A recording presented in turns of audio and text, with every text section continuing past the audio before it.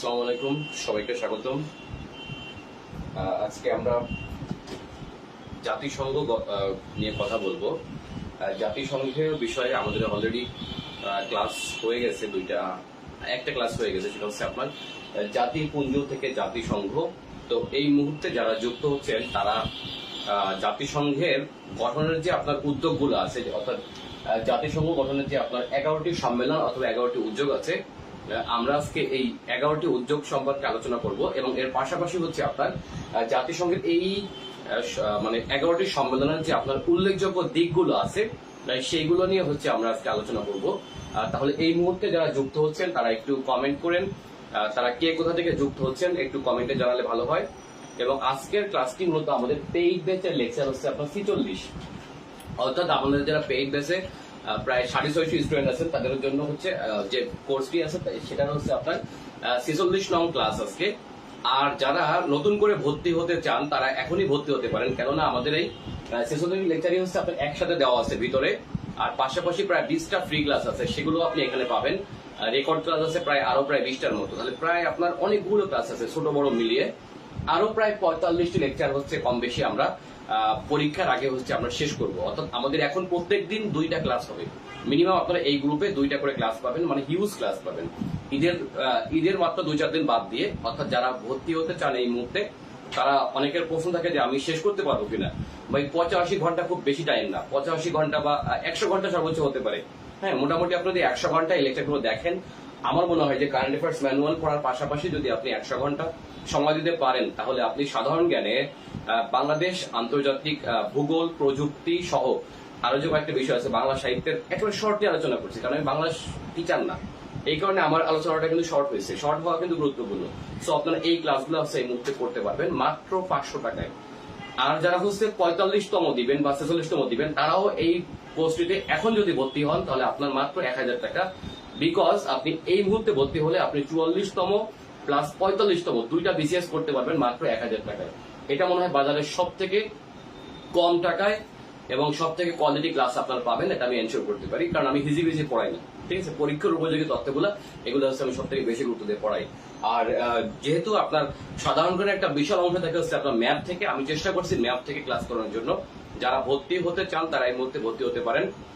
আর আমাদের অলরেডি হচ্ছে গ্রুপের 1 লাখ পূর্ণ হয়ে গেছে। তো 1 লাখ পূর্ণ হওয়া উপলক্ষে আমি ক্লাস নেওয়া চাইছিলাম, বাট ক্লাস নেওয়া হয়নি। খুব দ্রুত আমার 1,14,000 পূর্ণ হয়ে গেল। আপনারা যারা আছেন এই মুহূর্তে, আমরা মনে হয় এখন 1,14,000 প্লাসে চলে গেছি। তো সবাইকে অসংখ্য ধন্যবাদ যে আমি আপনাদেরকে কাছে অনেক বেশি কৃতজ্ঞ যে আপনারা অল্প সময়ে মাত্র, হয়তো জার্নিটা খুব দ্রুত শুরু হয়েছে, মাত্র 1 বছরের কম সময়, তার মতো আপনারা এই সংখ্যাটা বেশি আসছে। কারণ এর আগে আমার মেম্বার ছিল মাত্র 10,000, অর্থাৎ গত 1 বছরে আপনাদের সংখ্যাটা 1,04,000 আমার এখানে চলে আসছেন। তো যা হোক, সবাইকে ধন্যবাদ। আপনারা যারা এই মুহূর্তে যুক্ত হচ্ছেন তারা কে কোথা থেকে যুক্ত হচ্ছেন এবং আপনারা কমেন্ট করবেন অনেক বেশি, ঠিক আছে? আচ্ছা, তাহলে আমরা আজকে জাতিসংঘের জন্ম নিয়ে কথা বলবো। অর্থাৎ জাতিসংঘের অলরেডি আমরা শুরুতে কথা বলে ফেলছি। জাতিপুঞ্জের ক্লাসটা হচ্ছে 45তম ছিল, 45তমতে আমরা বলে ফেলছি। তো আজকে আমরা জাতিপুঞ্জের ধ্বংসস্তূপের উপর জন্মলাভ করে যে সংস্থা, তার নাম হচ্ছে আপনার জাতিসংঘ। এই জাতিসংঘ গঠনের যে আপনার 11টি আছে, উদ্যোগ আছে, সেই 11টি উদ্যোগ নিয়ে আমরা কথা বলবো। আমি আশা রাখি যে আজকে আপনারা যেই তথ্যগুলো আপনারা যেখান থেকে পড়ে থাকেন না কেন, যেখানে লেকচার করে থাকেন, আজকে একটু ব্যতিক্রম পাবেন আপনারা।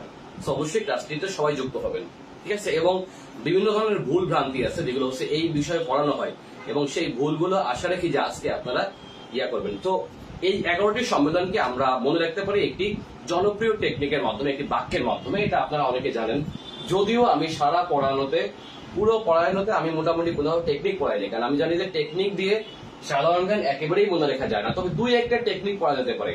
পুরো বিসিএস সিলেবাসে হয়তো আমি 4টা টেকনিকও পড়াই না, তবে এটাকে আপনারা একটু মনে রাখতে পারেন। কেন? 11টি সম্মেলনকে ধারাবাহিকভাবে মনে রাখার জন্য এই টেকনিকটি আমরা এখানে পুরো 11টি সম্মেলনের নাম আমি লিখছি, দেখেন। লন্ডনের আটা, ঠিক আছে? আচ্ছা, এগুলো আমার তো খুব খ্যাত লাগে, তারপরে আমি পড়াচ্ছি।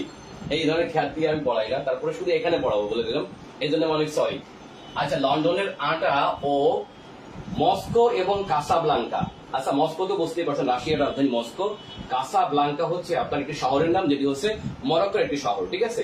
তাহলে মস্কো এবং কাসাব্লাঙ্কাতে বসে ভাজা ডিম খেতে ইয়েস বলে সাইন করে দিন, ডিম ভাজা খেতে। বাট ডিমটাকে আমি আগে একটু ভাজা নিয়ে আসলাম, এই ভাজা ডিম খেতে হলে ইয়েস বলে সাইন করে দিন। এখানেই আপনার পুরো 11টি সম্মেলনের নাম আছে। আবারও দেখেন কিভাবে মনে রাখবেন।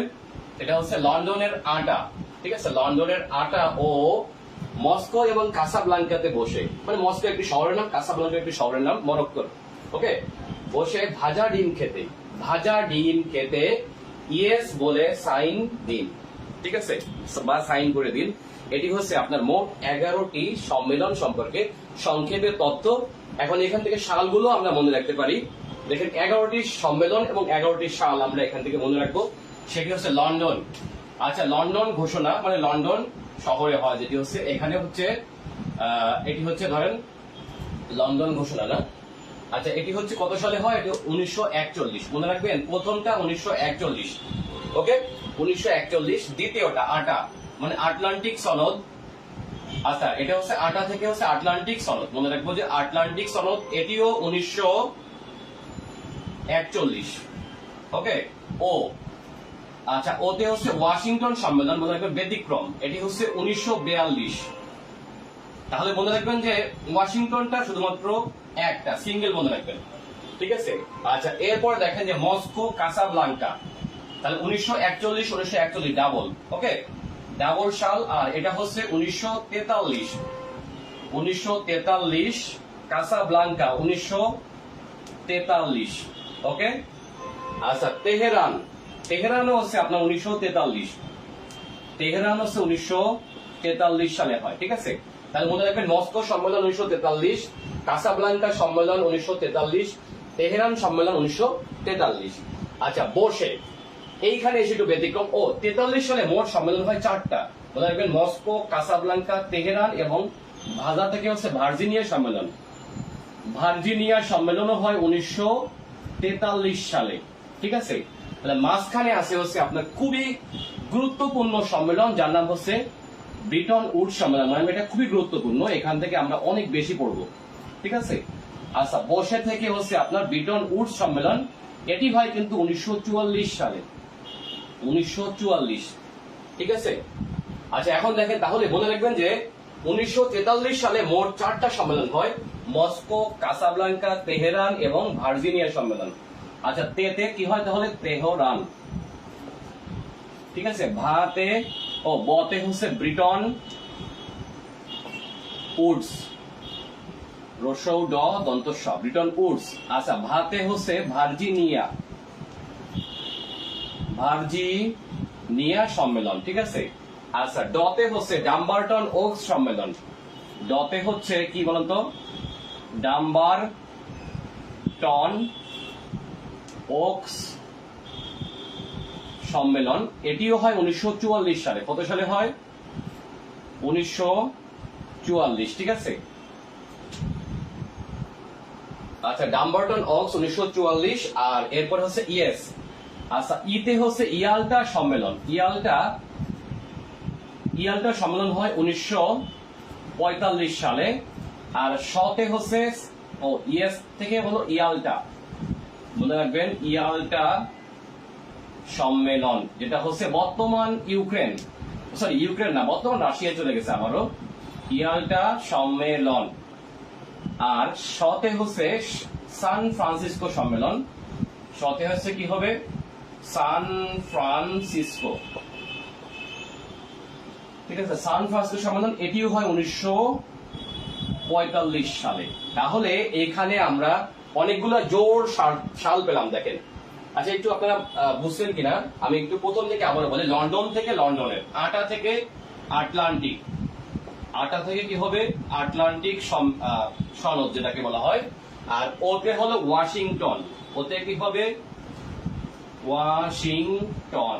তাহলে একটু আমরা দেখি, দেখেন আমাদের 11টি সম্মেলনের কথা আমি বলছিলাম, সেই 11টি আমরা পাইছি কিনা দেখেন। 1 লন্ডন, 1 2 আটলান্টিক, ধারাবাহিক বললাম, এটা কিন্তু ধারাবাহিক হবে, ঠিক আছে। ও Washington 3, Moscow 4, Casablanca 5, Tehran 6, Bretton Woods 7, এগুলো ধারাবাহিক বললাম, ঠিক আছে, কার আগে কে পরে। আচ্ছা, ভার্জিনিয়া 8,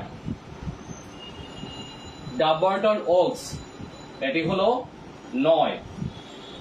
আচ্ছা ইয়াল্টা হলো 10, আর সান ফ্রান্সিসকো হলো 11।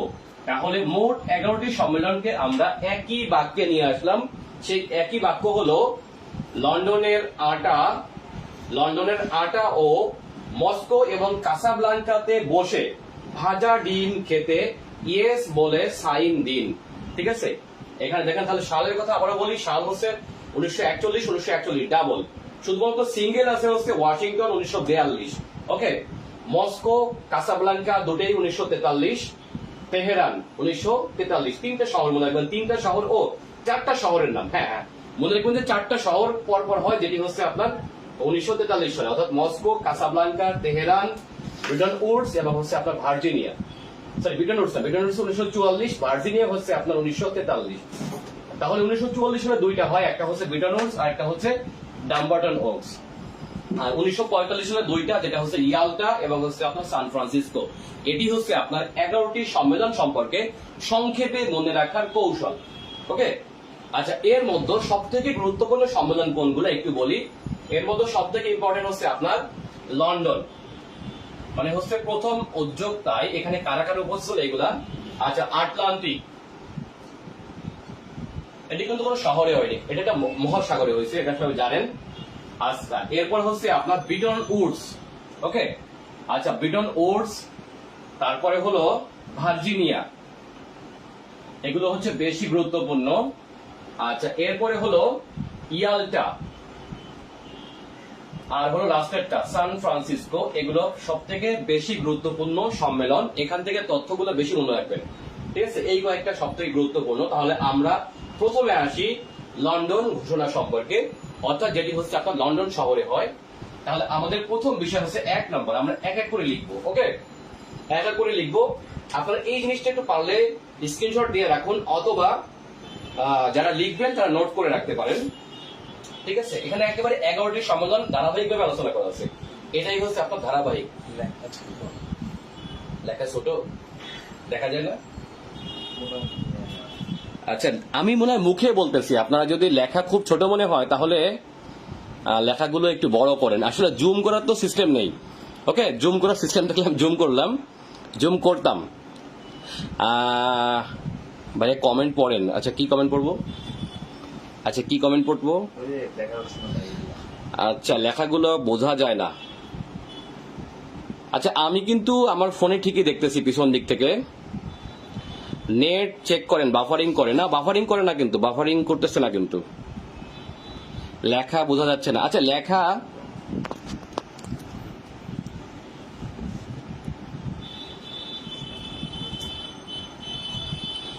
লেখা মনে হয় বাফারিং করে। আচ্ছা, বাফারিং করতেছে না আপনারা মনে হয়।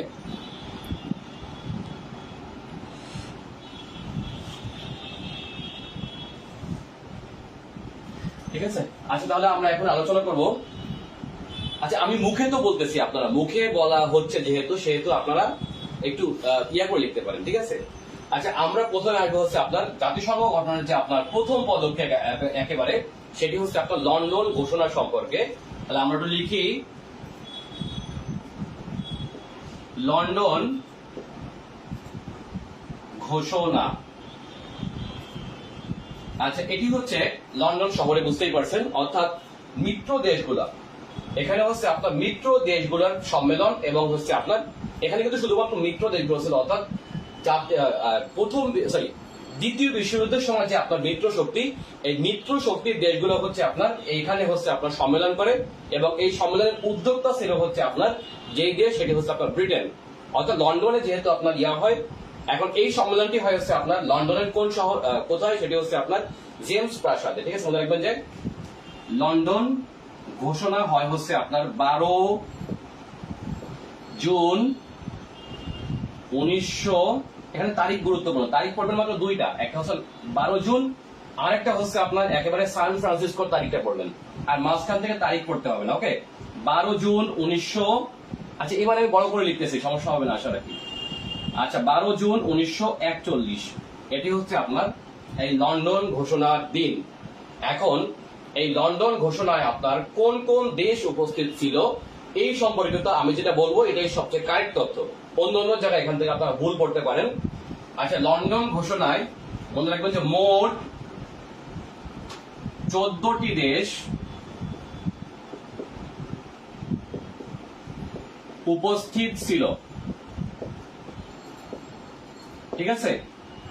আচ্ছা, মোট 14টি দেশ উপস্থিত ছিল। এখন এইখানে এই 14টা দেশের নাম একটু পড়বেন আপনারা, সবগুলোর নাম যে মুখস্থ করতে হবে তা না, একটু আমি বলে রেখে দিই কিভাবে পড়বেন। আচ্ছা, মোট 14টি দেশ উপস্থিত ছিল, সেগুলো কি কি একটু দেখি আমরা। সেগুলো হলো ব্রিটেন, তো উদ্যোক্তা দেশ বুঝতে পারছেন, ব্রিটেন সহ তার 4টি ডোমিনিয়ন,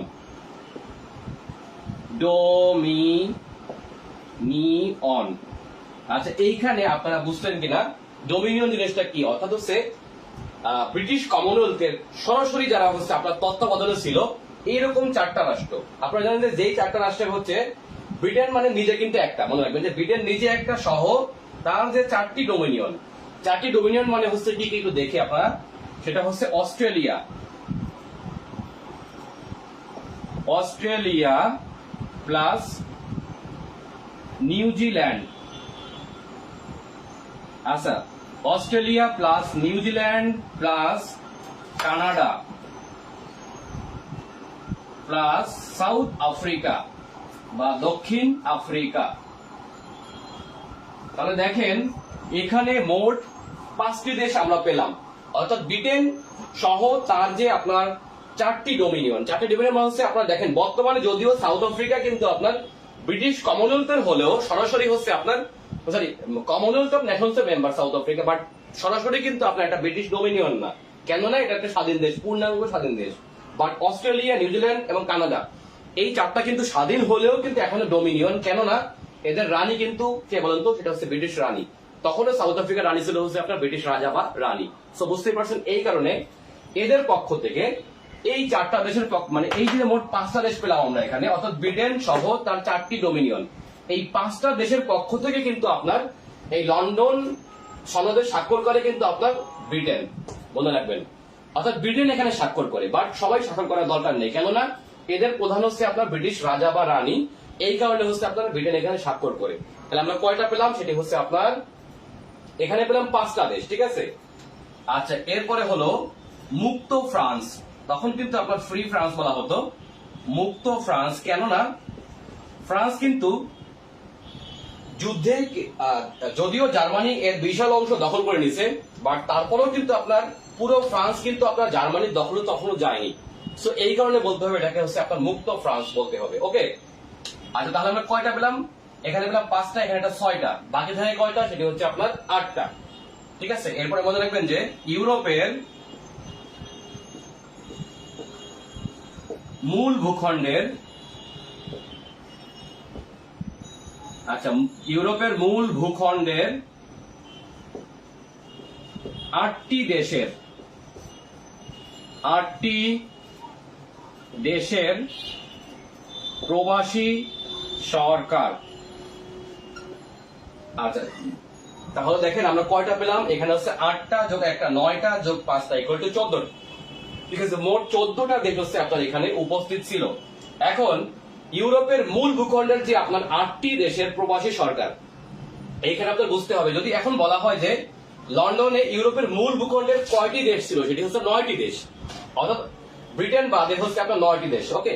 ব্রিটেন বাদে ছিল হচ্ছে 9টি দেশ এখানে উপস্থিত, সেই 9টি এর মধ্যে ফ্রান্স ছিল আলাদাভাবে, আর 8টি দেশের প্রবাসী সরকার। এর অর্থ হচ্ছে প্রবাসী মানে হচ্ছে তখন হচ্ছে এই 8টি দেশের সরকাররা অলরেডি হচ্ছে ইউরোপের মূল ভূখণ্ডে জার্মানির আক্রমণ থেকে হচ্ছে নিজেরা বাঁচার জন্য লন্ডনে যে হচ্ছে আপনার প্রবাসী সরকার গঠন করছে, যেমন করে বাংলাদেশ সরকার মুজিবনগরে কলকাতায় করছে, ঠিক একইভাবে হচ্ছে আপনার লন্ডন এদের হচ্ছে আপনার প্রবাসী সরকার। এখন যদি বলা হয় এই 8টি দেশ কারা, এই 8টি দেশ হলো, মনে রাখবেন যে বেলজিয়াম 1,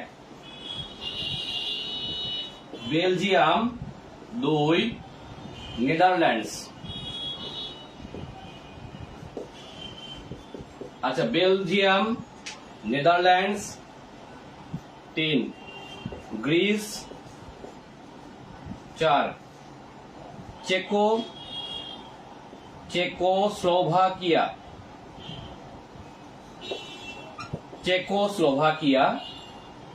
5, যুগোস্লাভিয়া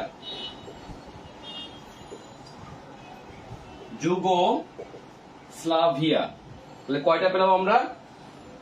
যুগোস্লাভিয়া, তাই না? তারপরে হচ্ছে নরওয়ে 6, নরওয়ে 7, লুক্সেমবার্গ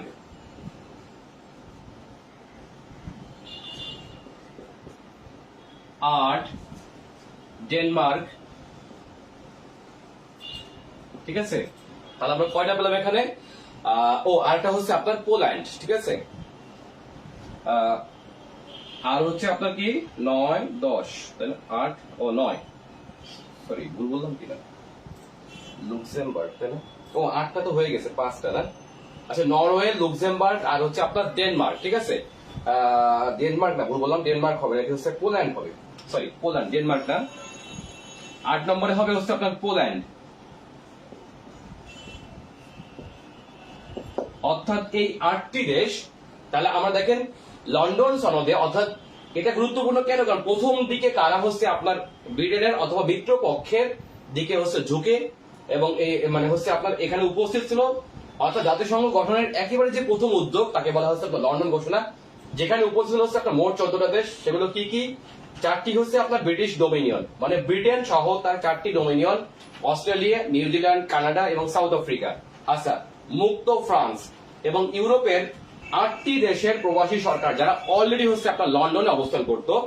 এগুলো কি কি? Belgium, Netherlands, Greece, Slovakia, Yugoslavia, যদিও এই নামে এখন রাষ্ট্র নেই। ওকে, নরওয়ে, লুক্সেমবার্গ এবং হচ্ছে আপনার পোল্যান্ড, এগুলো ছিল হচ্ছে আপনার লন্ডন ইয়াতে আর কি। এখন প্রশ্ন হলো, এই লন্ডন ঘোষণার মানে আপনার কেন গুরুত্বপূর্ণ? সেটা হচ্ছে এইখানে হচ্ছে আপনার মূলত জার্মানি এবং ইতালি, মনে রাখবেন যে জার্মানি এবং ইতালির বিরুদ্ধে এরা হচ্ছে জার্মানি এবং ইতালির বিরুদ্ধে তারা হচ্ছে যুদ্ধ করার জন্য ঐক্যমত হয়। তাহলে মনে রাখবেন যে অক্ষ শক্তি অর্থাৎ এখানে কিন্তু দুইটা দেশের নাম উল্লেখ ছিল, জার্মানি ও ইতালি। ঠিক আছে, অর্থাৎ এরা কিন্তু জাপান কিন্তু এদিকে যুদ্ধ করে না, জাপানের বিরুদ্ধে এরা কিন্তু ইয়ে করেনি। অর্থাৎ অক্ষ শক্তি জার্মানি এবং ইতালির বিরুদ্ধে যুদ্ধ করার জন্য তারা হচ্ছে একত্রিত বা ঐক্যমত পোষণ করে এবং এই দিন হচ্ছে আপনার চুক্তি স্বাক্ষর করে। এবং একই সাথে এই দিন নট অনলি অক্ষ শক্তির বিরুদ্ধে তারা একত্রিত হয়, বাট অলসো তারা হচ্ছে পরবর্তীতে বিশ্ব শান্তি প্রতিষ্ঠার জন্য তারা হচ্ছে সবাই মানে একটি চুক্তি স্বাক্ষর করে, যাকে বলা হচ্ছে আপনার লন্ডন ঘোষণা। এখন যদি প্রশ্ন করা হয় এটা কোথায় হয়, সেটি হচ্ছে আপনার লন্ডনের জেমস প্রাসাদে। মনে রাখবেন যে লন্ডনের জেমস প্রাসাদে।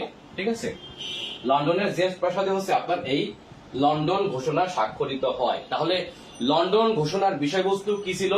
সেটি হচ্ছে আপনার অক্ষ শক্তির বিপক্ষে যুদ্ধে যোগ দেওয়া আনুষ্ঠানিকভাবে এবং হচ্ছে আপনার আর কি। ঠিক আছে, এই আচ্ছা, এখন বিভিন্ন বইয়ে দেওয়া থাকে যে আপনার ইউরোপের 9টি দেশের প্রবাসী সরকার, কথাটা ভুল। এটা হচ্ছে 8টি দেশ, 8টি হচ্ছে এই 8টা, আর 9টি দেশ বললে হচ্ছে আপনার ফ্রান্সকে সহ বলে। বাট ফ্রান্স কিন্তু তখন আলাদাভাবে হচ্ছে আপনার করেনি, কারণ ফ্রান্স তখন হচ্ছে আপনার মুক্ত ফ্রান্স। বুঝতে হবে, ফ্রান্স তখনও পুরোপুরি জার্মানির দখলে যায়নি, এটা হলো গুরুত্বপূর্ণ। ওকে, তার মানে বইয়ে বিষয়টা আপনার ভুল আছে। এটা যেটা বললাম আপনি দেখবেন যে ভালো তথ্য ঘাটলে এটাই হচ্ছে আপনার সঠিক তথ্য। এখন এখানে কয়টি দেশ স্বাক্ষর করে হচ্ছে আপনার মনে রাখবেন যে এখানে 8টি যোগ 1টি 9টি যোগ ব্রিটেন ইকুয়াল টু 10টি। তাহলে 10টি দেশ হচ্ছে আপনার এই লন্ডন ঘোষণায় স্বাক্ষর করে 14টি দেশের মধ্যে। তাহলে আপনারা বুঝতে পারছেন কেন এখানে বাকি 4টা দেশে স্বাক্ষর করা লাগেনি। বিকজ অস্ট্রেলিয়া, নিউজিল্যান্ড, কানাডা এবং সাউথ আফ্রিকার প্রধান তো আপনার ব্রিটেন, অর্থাৎ ব্রিটিশ রাজা বা রানী স্বাক্ষর করলে ওদের স্বাক্ষর অলরেডি হয়ে যায়, এই কারণে ওদের স্বাক্ষর করা লাগেনি। তাহলে মনে রাখবেন যে 10টি দেশ হচ্ছে আপনার এই লন্ডন ঘোষণায় স্বাক্ষর করে। তাহলে লন্ডন ঘোষণার বিষয়বস্তু হচ্ছে দুইটা, মনে রাখবেন। এক হচ্ছে জার্মানি অথবা অক্ষ শক্তির বিরুদ্ধে, জার্মানি ইতালি অথবা অক্ষ শক্তির বিরুদ্ধে যুদ্ধে ব্যাপারে হচ্ছে ঐক্যমত, মানে ওদের বিরুদ্ধে যুদ্ধ যুদ্ধ ঘোষণার ঐক্যমত পোষণ করা, আর দ্বিতীয় হচ্ছে আপনার বিশ্ব শান্তি প্রতিষ্ঠার জন্য উদ্যোগ গ্রহণ করা। অর্থাৎ জাতিসংঘ প্রতিষ্ঠার প্রথম পদক্ষেপ বলা যেতে পারে এই লন্ডন ঘোষণাকে। তাহলে মনে রাখবেন যে জাতিসংঘ গঠনের প্রথম পদক্ষেপ বলা হয় হচ্ছে এই লন্ডন ঘোষণাকে। এটি হচ্ছে আপনার গুরুত্বপূর্ণ, ঠিক আছে। তাহলে লন্ডন ঘোষণা থেকে আমরা এইটুকু তথ্য পড়লে হবে। এখানে তারিখ পড়বেন, তারিখটা গুরুত্বপূর্ণ, 12 জুন। তাহলে লন্ডন ঘোষণার যে আপনার চুক্তি, এই চুক্তি স্বাক্ষরিত হয়, অর্থাৎ লন্ডন ঘোষণা স্বাক্ষরিত হয় হচ্ছে আপনার 12 জুন। স্বাক্ষর করে 10টি দেশ, স্বাক্ষর করেনি হচ্ছে আপনার, স্বাক্ষর করা লাগেনি অস্ট্রেলিয়া, নিউজিল্যান্ড, কানাডা এবং সাউথ আফ্রিকা, বিকজ তারা হচ্ছে ব্রিটিশ ডোমিনিয়ন, এই জন্য আর কি। ওকে, এবার একটু আসি আমরা পরের তথ্যে, যেটি হচ্ছে আটলান্টিক, যেটি হচ্ছে আটলান্টিক সনদ। আচ্ছা, এটিও কিন্তু আপনার 1941 সালে। মনে রাখবো আমরা আজকের ক্লাসটি একেবারে আকস্মিক ক্লাস, অর্থাৎ যারা হঠাৎ করে আধা ঘন্টা আগে সিদ্ধান্ত নিয়েছে যে আপনার একটি ক্লাস নেওয়া দরকার। অনেকদিন ধরে হচ্ছে আমাদের পাবলিক গ্রুপটায় কোনো কিছু আপলোড দেওয়া হচ্ছে না, প্রায় 4-5 দিন ধরে। তো আশা রাখি যে আমরা আবারও আজ থেকে পরীক্ষা নেওয়া শুরু করবো। আপনারা যারা এই মুহূর্তে আছেন তারা আজ রাত থেকে পরীক্ষা দিবেন, অর্থাৎ আজ রাতে আমাদের 19তম পরীক্ষা। আমাদের যে 32টা পরীক্ষা হওয়ার কথা ছিল কারেন্ট অ্যাফেয়ার্স ম্যানুয়াল থেকে, তার 19তম পরীক্ষা হবে আজকে রাতে। তো 19তম পরীক্ষার জন্য আপনারা প্রস্তুতি নিতে পারেন, ঠিক আছে। আচ্ছা, এর পরের ঘটনা হচ্ছে আপনার আটলান্টিক সনদ। আচ্ছা, আটলান্টিক সনদ, ঠিক আছে, অথবা আটলান্টিক ঘোষণা, ঠিক আছে। আচ্ছা, আটলান্টিক ঘোষণা অথবা আটলান্টিক সনদ, এটি স্বাক্ষরিত হয় কবে? সেটি হচ্ছে 1941 সালে, ঠিক আছে। এখন স্বাক্ষরিত হয় কোথায়? স্বাক্ষরিত হয় ব্রিটিশ যুদ্ধ জাহাজ, আচ্ছা, ব্রিটিশ যুদ্ধ জাহাজ Princess of Wales, Princess of ওয়েলসে, ঠিক আছে। আচ্ছা, স্বাক্ষর করে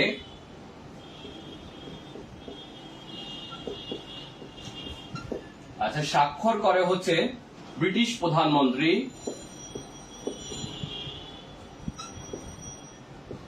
ব্রিটিশ প্রধানমন্ত্রী উইনস্টন চার্চিল, উইনস্টন চার্চিল ও ইউএস প্রেসিডেন্ট, রুজভেল্ট।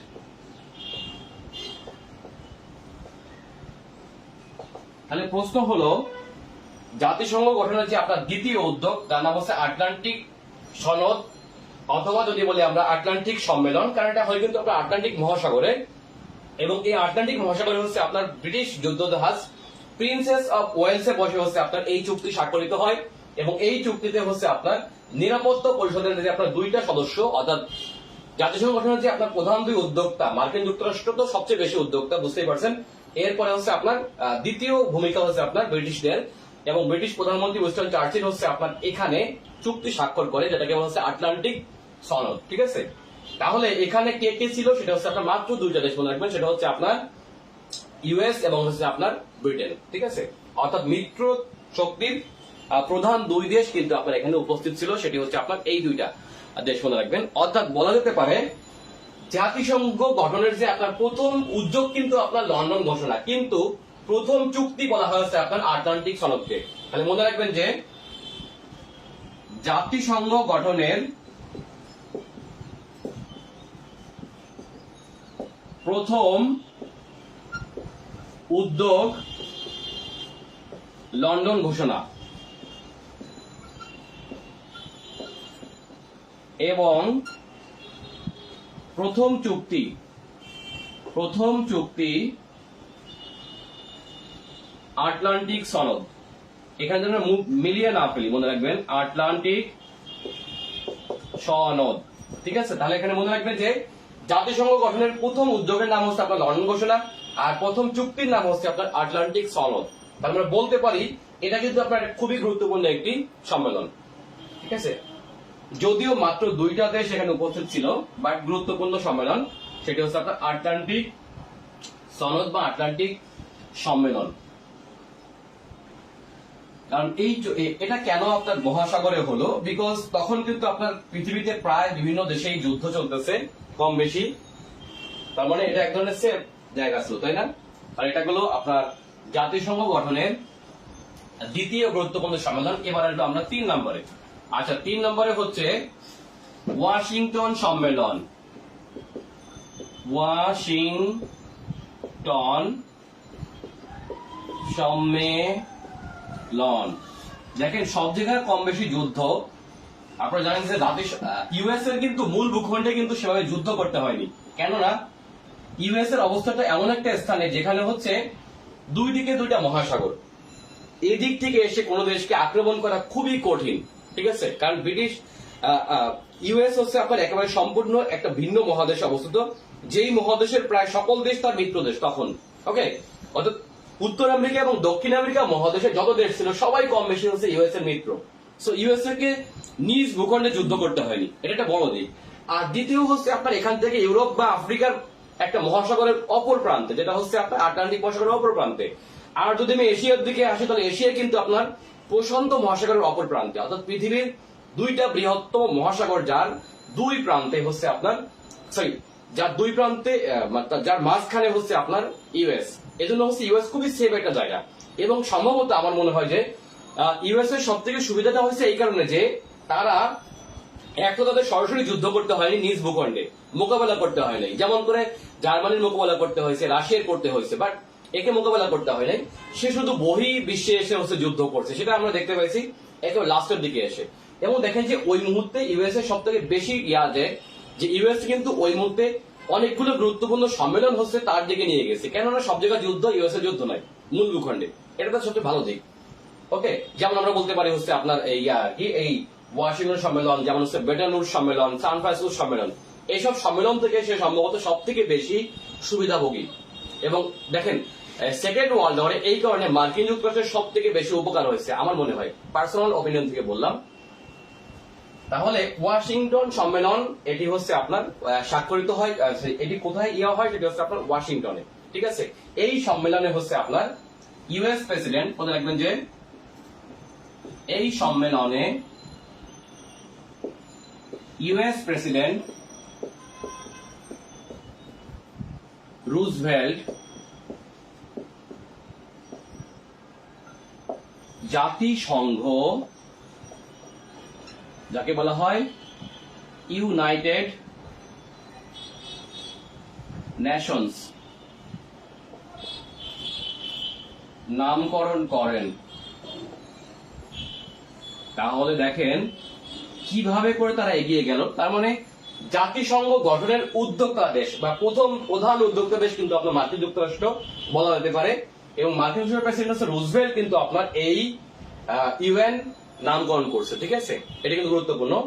আচ্ছা, আরেকটা জিনিস মনে রাখবেন যে দেখেন তার আগের যে ইয়াটা ছিল পূর্বসূরি সংগঠন, যেটা জাতিপুঞ্জ, এই জাতিপুঞ্জ কিন্তু আপনার নামকরণ করছিল কারা বা গঠনের উদ্যোগটাই কিন্তু আপনার মার্কিন যুক্তরাষ্ট্র, ঠিক আছে। সম্ভবত এভাবে করে মার্কিন যুক্তরাষ্ট্রের একটা উত্থান হয়েছে পৃথিবীতে, সেটি হচ্ছে আপনার এই সম্মেলনগুলোর মাধ্যমে, ঠিক আছে। এটা হলো তাহলে রুজভেল্ট হচ্ছে এই সম্মেলনে জাতিসংঘ নামকরণ করে এবং জাতিসংঘ ঘোষণায় স্বাক্ষর করা হয় এই সম্মেলনে। তাহলে মনে রাখবেন যে জাতিসংঘ ঘোষণায় স্বাক্ষর করে উপস্থিত দেশগুলো, ঠিক আছে। অর্থাৎ এই সম্মেলনে উপস্থিত দেশগুলো হচ্ছে আপনার জাতিসংঘ ঘোষণায় স্বাক্ষর করে। এখন এখানে মনে রাখতে হবে এই ঘোষণায় কতটি দেশ স্বাক্ষর করে। আচ্ছা, সেটি হচ্ছে মনে রাখবেন যে পরবর্তীতে যারা হচ্ছে আপনার নিরাপত্তা পরিষদের সদস্য হয় সেই সদস্য দেশগুলোর যে 5টি, এর মধ্যে ফ্রান্স বাদে মনে রাখবেন যে, তাহলে মনে রাখবেন যে ফ্রান্স বাদে নিরাপত্তা পরিষদের, ঠিক আছে, ফ্রান্স বাদে নিরাপত্তা পরিষদের বাকি চার দেশ এই ঘোষণায় স্বাক্ষর করে। আচ্ছা, এইখানে একটু আমি বলে রাখি ফ্রান্স বাদে, তাহলে মনে রাখবেন যে ফ্রান্সের রেড কলমটা দেখি, রেড পেনটা। আচ্ছা, মনে রাখবেন যে ফ্রান্স বাদে, ঠিক আছে, ফ্রান্স যে এখানে ছিল না এটা গুরুত্বপূর্ণ। ওকে, ফ্রান্স বাদে নিরাপত্তা পরিষদের বাকি চার দেশ কারা কারা বুঝতেই পারছেন। সেই চার দেশ হলো ইউএসএ, ইউকে, রাশিয়া বলা যাবে না, ইউএসএসআর বলতে হবে, মানে সোভিয়েত ইউনিয়ন, ইউএসএসআর। আরেকটা হলো আরসি মানে কি বলেন তো? আরসি মানে হচ্ছে Republic of China, not People's Republic of China, মনে রাখতে হবে। ওকে, তাহলে এই সম্মেলনে হচ্ছে আপনার চারটি দেশ, অর্থাৎ নিরাপত্তা পরিষদের যে পরবর্তীতে মেম্বার হয় 5টা, এর মধ্যে ফ্রান্স বাদে বাকি 4টা দেশ হচ্ছে আপনার এখানে এই ঘোষণায় স্বাক্ষর করে। তার মানে বুঝতে হবে এই সম্মেলনটা খুবই গুরুত্বপূর্ণ, কেননা এই সম্মেলনে হচ্ছে আপনার জাতিসংঘের যে মূল সনদ এটি স্বাক্ষরিত হয়, এবং সেখানে কিন্তু আপনার ফ্রান্স ছিল না। তার মানে বুঝতে হবে জাতিসংঘের মূল সনদে স্বাক্ষর না করেও নিরাপত্তা পরিষদের সদস্য হয় হচ্ছে আপনার ফ্রান্স। তাহলে মনে রাখবেন সেখানে কে কে ছিল হচ্ছে ইউএসএ, ইউকে, ইউএসএসআর যেটাকে বলা হচ্ছে সোভিয়েত ইউনিয়ন, আর হচ্ছে আরসি মানে হচ্ছে আপনার রিপাবলিক অফ চায়না, যেটা হচ্ছে বর্তমানে আমরা যেটাকে তাইওয়ান বলি। যদিও তখন তাইওয়ান বিভক্ত হয়নি, এটা বুঝতে হবে কিন্তু আপনার, তখনও কিন্তু তাইওয়ান বিভক্ত হয়নি, কেননা তখন তাইওয়ান এবং চায়না একই দেশ, এবং চায়নার তখন নাম ছিল হচ্ছে আপনার Republic of China, not People's Republic of China. বর্তমানে সমস্ত চায়না এই চায়না না, এটা ছিল হচ্ছে আপনার সিয়াং কাইশেকের চায়না। সোজা কথা, সিয়াং কাইশেকের চায়না ছিল এখানে, অর্থাৎ এইখানে হচ্ছে আপনার এই কয়টি দেশ। তাহলে মনে রাখবেন যে ওয়াশিংটন সম্মেলনটা গুরুত্বপূর্ণ এই কারণে, যেখানে হচ্ছে জাতিসংঘ নামকরণ করছে প্রেসিডেন্ট রুজভেল্ট, স্বাক্ষর করে হচ্ছে আপনার 4টি দেশ, ছিল না হচ্ছে আপনার ফ্রান্স। আর কোন 4টি দেশ ছিল বুঝতেই পারছেন, ভেটো পাওয়ার সম্পন্ন 4টি দেশ এক্সেপ্ট ফ্রান্স। এগুলো হচ্ছে আপনার পরীক্ষার জন্য তথ্য, ঠিক আছে। আচ্ছা, এবার আসবো আমরা হচ্ছে আপনার কাসাব্লাঙ্কা সম্মেলন। কাসাব্লাঙ্কা হচ্ছে একটি শহরের নাম, যেটি হচ্ছে, আচ্ছা, কাসাব্লাঙ্কা সম্মেলনটাও এটিও কিন্তু হয় 1943 সালে, যেটি হচ্ছে মরক্কোর কাসাব্লাঙ্কা। তাহলে 4 নম্বরে পড়বো আমরা এখান থেকে দেখে দেখে ইয়া করি। ও, মস্কো বাদ হয়ে গেছে, মস্কো সম্মেলন, সরি, মস্কোটা একটা গুরুত্বপূর্ণ, মস্কোটা দেখি আমরা।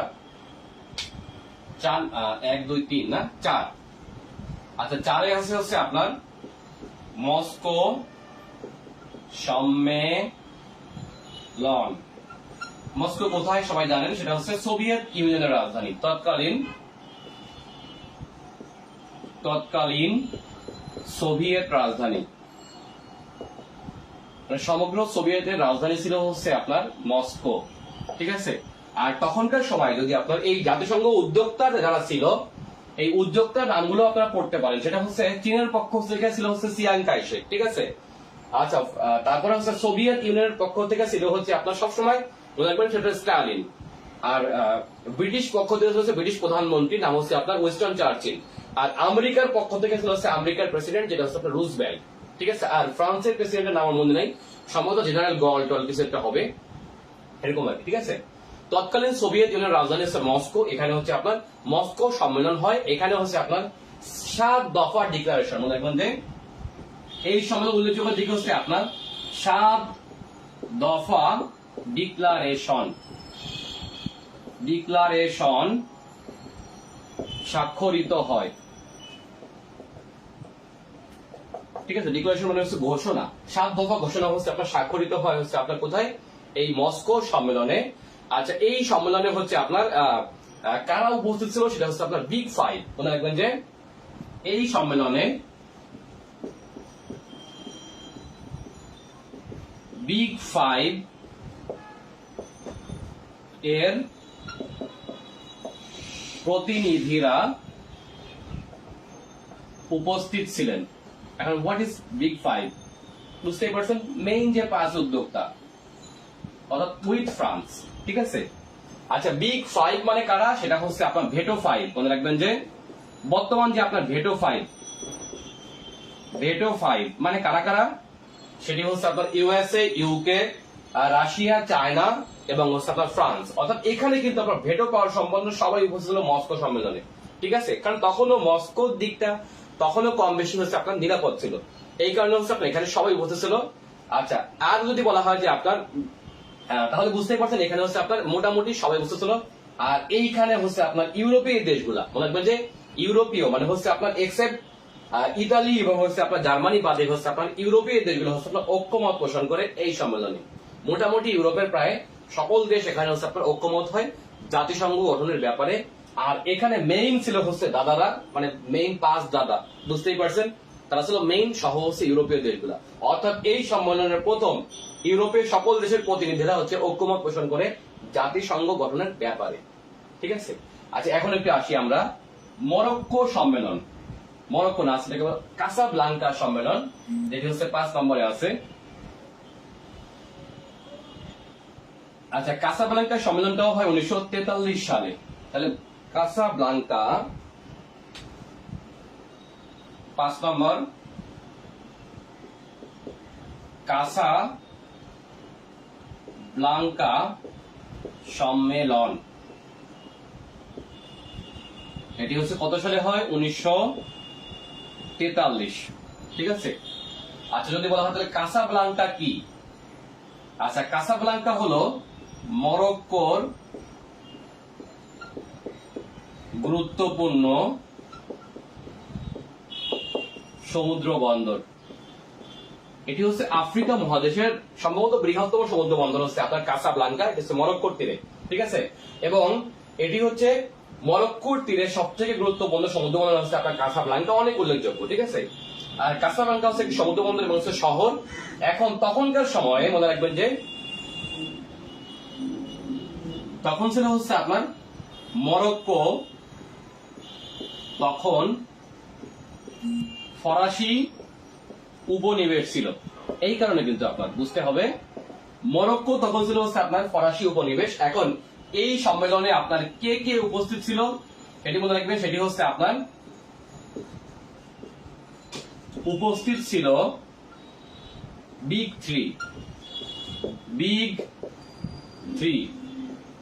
সেই 3 কে কি দেখি আমরা?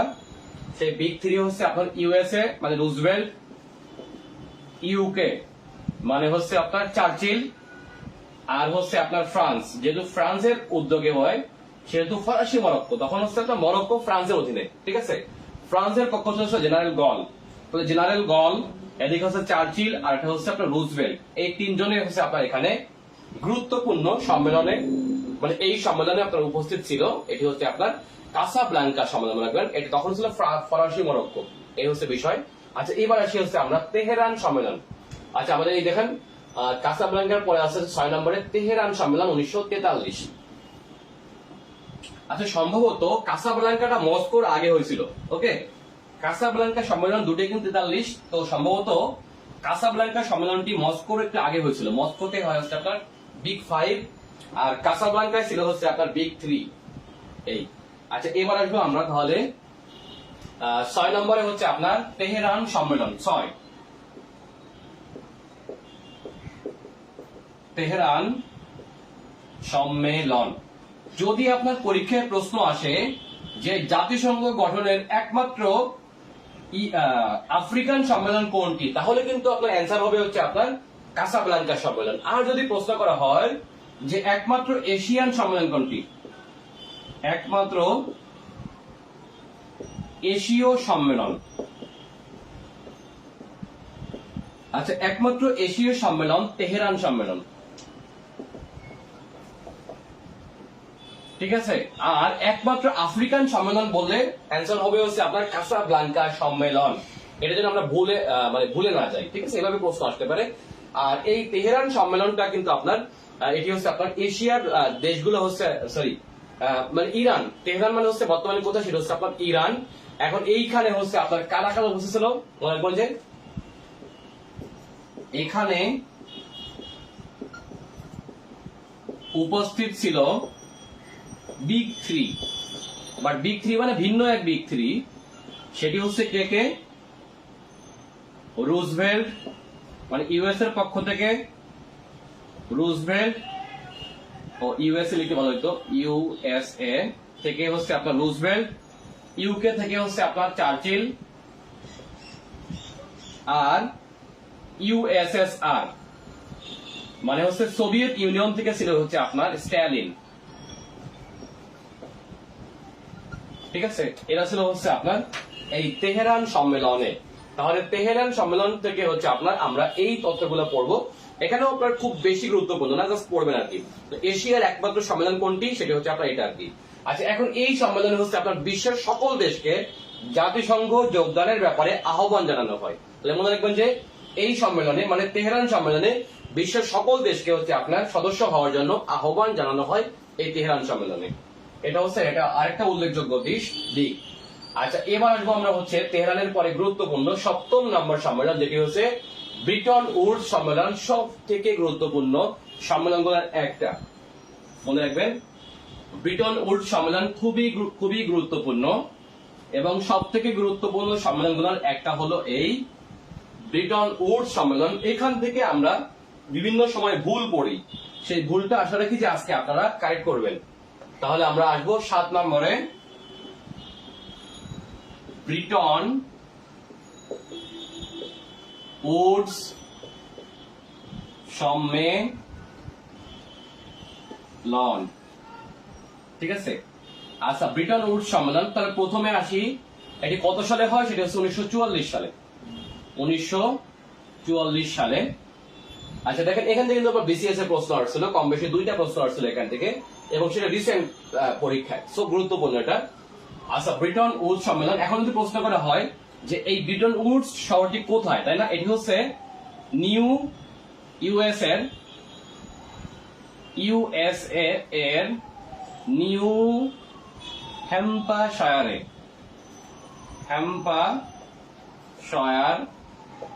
অঙ্গরাজ্য, তাই না। নিউ হ্যাম্পশায়ারে হচ্ছে আপনার এই ব্রিটন উডস শহরটি অবস্থিত আর কি। নিউ হ্যাম্পশায়ার হচ্ছে আপনার অঙ্গরাজ্যের নাম, আর ব্রিটন উডস হচ্ছে আপনার একটি শহরের নাম, মনে রাখবেন। আচ্ছা, এটি কোন ইয়াতে হয়, মানে হচ্ছে যদি বলা হয় যে কোন হোটেলে স্বাক্ষরিত হয়, সেটি হচ্ছে মাউন্ট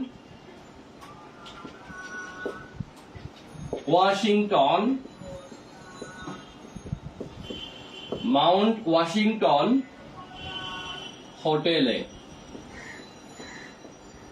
ঠিক আছে, এটা হচ্ছে আপনার মাউন্ট ওয়াশিংটন হোটেলের সম্মেলন কক্ষে হচ্ছে আপনার এই ব্রিটন উডস সম্মেলন নামে একটি গুরুত্বপূর্ণ সম্মেলন হয়। এখন যদি প্রশ্ন করা হয় যে আপনার এই ব্রিটন উডস সম্মেলনের হচ্ছে আপনার বিষয়বস্তু কি, সেটি হচ্ছে আপনার এটি হচ্ছে আপনার মুদ্রা বিনিয়োগ, তারপর হচ্ছে আপনার দ্বিতীয় বিশ্বযুদ্ধের পরে হচ্ছে বিশ্বর পুনর্গঠনের জন্য কি কি উদ্যোগ নেওয়া যায় সেই ব্যাপারে হচ্ছে আপনার এখানে চুক্তি স্বাক্ষর হয়ে যায়। তাহলে মনে রাখবেন যে বিষয়বস্তু হচ্ছে আপনার দ্বিতীয় বিশ্বযুদ্ধের পর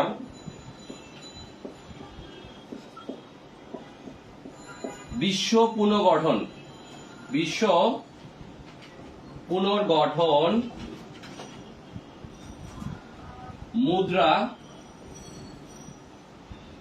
মুদ্রা ব্যবস্থা নিয়ন্ত্রণ। ঠিক আছে, আচ্ছা দ্বিতীয় বিশ্বযুদ্ধের পর বিশ্ব পুনর্গঠন মানে বুঝতেই পারছেন, যেটা আমরা বলি বিশ্ব পুনর্গঠনের জন্য কিন্তু গঠিত ওয়ার্ল্ড ব্যাংক, তাই না। ওয়ার্ল্ড ব্যাংকের একটি শাখা আছে যেমন পুনর্গঠনের জন্য কাজ করে। আচ্ছা, মুদ্রা ব্যবস্থা নিয়ন্ত্রণ, বুঝতেই পারছেন আইএমএফ, তাই না। আচ্ছা, মুদ্রা ব্যবস্থা নিয়ন্ত্রণ এবং বাণিজ্য ব্যবস্থাপনা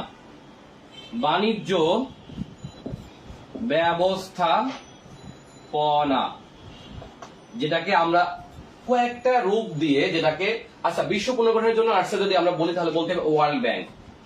কি আসছে বলতো, ওয়ার্ল্ড ব্যাংক। মুদ্রা ব্যবস্থা নিয়ন্ত্রণ থেকে কি আসছে বলতো, আইএমএফ। ঠিক আছে, এবং বাণিজ্য ব্যবস্থাপনার জন্য আসছে বর্তমান যেটাকে আমরা বলি WTO, কিন্তু প্রথমে আসছিল হচ্ছে ITO।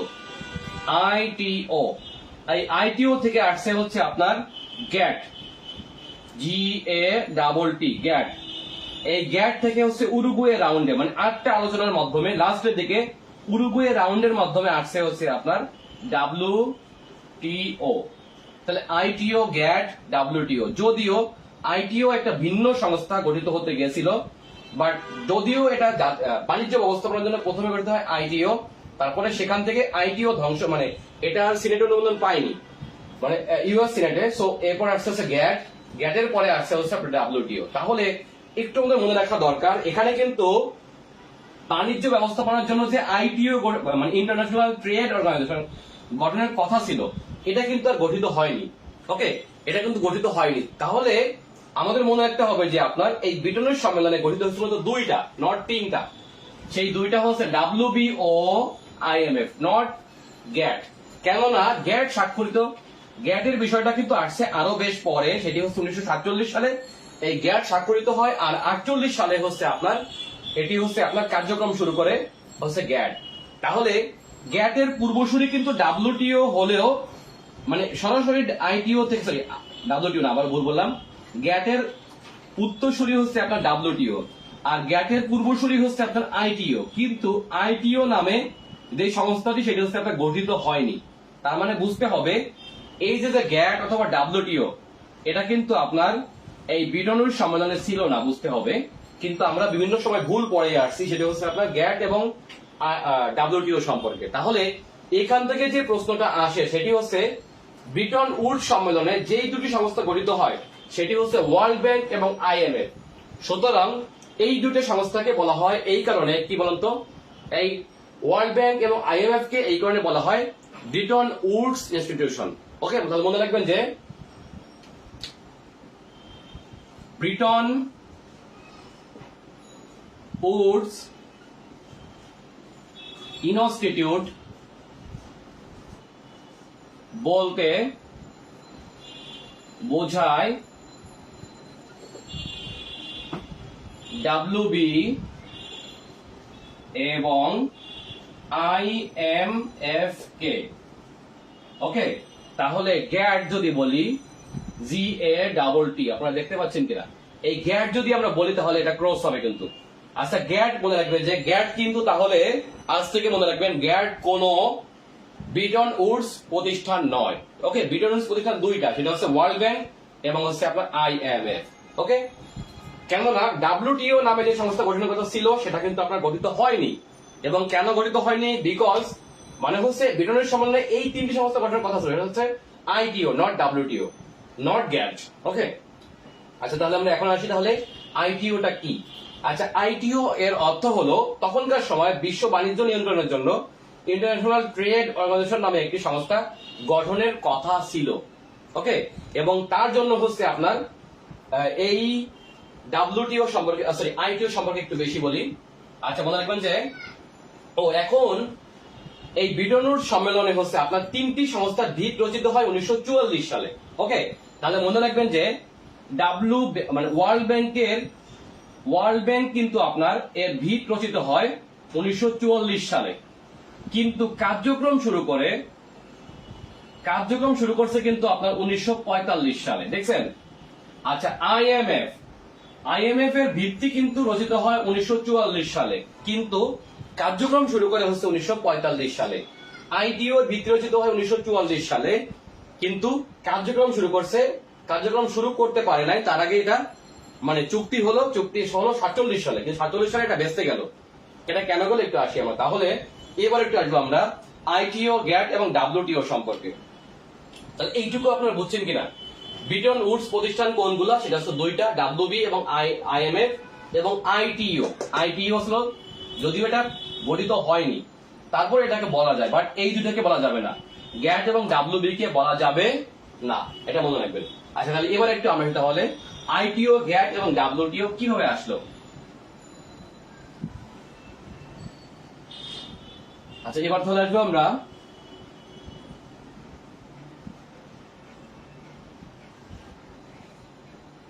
ITO। কি? আচ্ছা, আইটিও এর পূর্ণরূপ হলো ইন্টারন্যাশনাল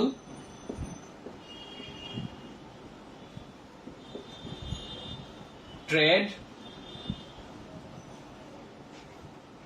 অর্গানাইজেশন।